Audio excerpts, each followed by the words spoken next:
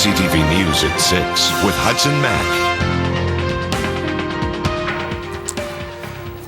Good evening. Thank you for being here. An urban deer poacher has surfaced in Saanich again, and conservation officers believe it may be the same person who has been targeting the animals since 2010.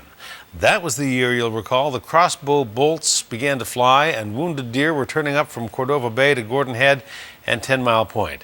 And that's where it's happening again. CTV's Louise Hartland has the story tonight, and we warn you that some of the pictures in her report are graphic.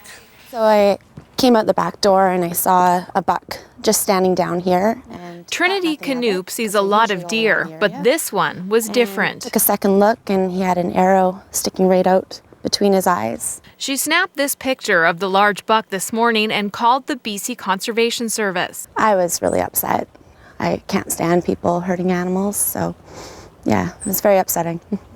Calls from concerned neighbors who had seen a deer with an arrow in its head have been pouring in for 2 weeks. Finally, this morning, officers caught up with it. I could tell it was moving quite slowly, still able to walk, but it looked like its condition was not too good.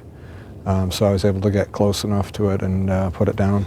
Conservation Officer Peter Powell says the wound is unmistakable. It's a crossbow bolt that's penetrated between the eyes and below the eyes, and it's quite deep in there. It gone right down through the nasal passages into the throat. The buck lost both its antlers naturally in the past week, but Powell says they were likely the prize that lured the poachers to the animal, and it's not the only one. We had another large buck that was found at the Queen Alexandra Hospital just this past weekend with a through-and-through arrow wound through its chest.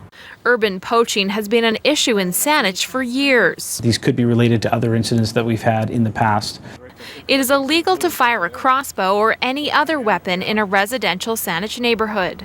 This is not something that we are going to stop investigating. We will keep looking for the people responsible for this until they are caught and charged.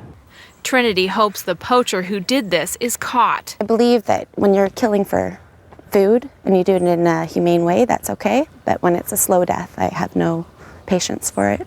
Officers say it's only a matter of time before another animal or even a person gets caught in the crosshairs. Louise Hartland, CTV News, Saanich.